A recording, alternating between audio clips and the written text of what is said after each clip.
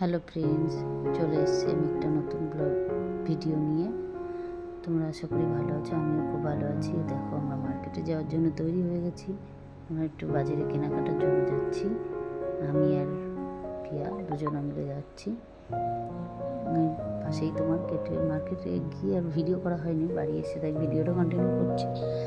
তো সোনা পাপা আর এই সোনা দুইজনা মিলে এত খেলায় মত্ত হয়ে গেছে। দুই ভাই এত খেলা করছে, ভীষণ মিষ্টি লাগে জানো না, এত খেলা করে ওরা দুই ভাই। আমার ছোটোটা তো ভীষণ খুশি হয়েছে ওকে পেয়ে। আর ও তোমাদের সাথে তো বলাই হয়নি, এটা আমার হচ্ছে ভাইয়ের ছেলে, আমার ভাইপো সোনা পাপা। ভীষণ ভীষণ ভালো, এত শান্ত। তো তোমার কি বলবো, ওর একটু খাওয়াতে কষ্ট হয় যদিও, তবে আর বাদবাকি টাইম ভীষণ ভালো জানো না, ভীষণ শান্ত। দেখতে দেখতে আমরা এই চলে এসেছি প্রভুদের বাড়িতে।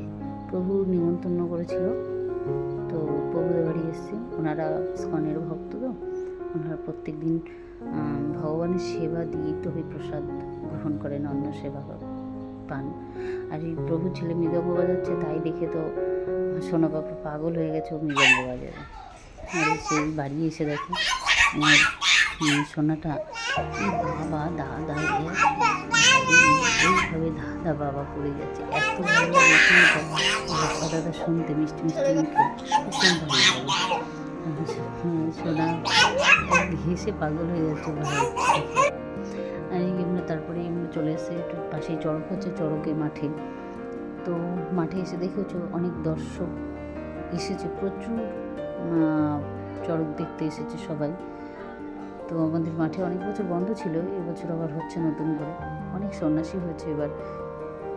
সন্ন্যাসীর থাকাটা না ভীষণ কষ্টের। দেখো লাইটটা চলে গেছে, হয়তো ছোটোখাটো পুজো তো ওই জন্য জ্যানেরটা নেয়নি, লাইটটা চলে আসবে হয়তো এক্ষুনি। ঠিক আছে চলো।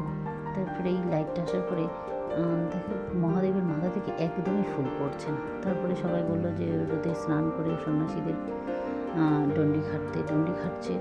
এত কষ্ট লাগে দেখতে, সন্ন্যাসীরা প্রচণ্ড কষ্ট করে। এই 2-3 দিন না খেয়ে না দিয়ে এইভাবেই যে থেকে তারপরে ডন্ডি। ঠিক আছে বন্ধুরা, আজ তাহলে এই পর্যন্ত থাক, দেখা হবে একটা অন্য কোনো ব্লগ।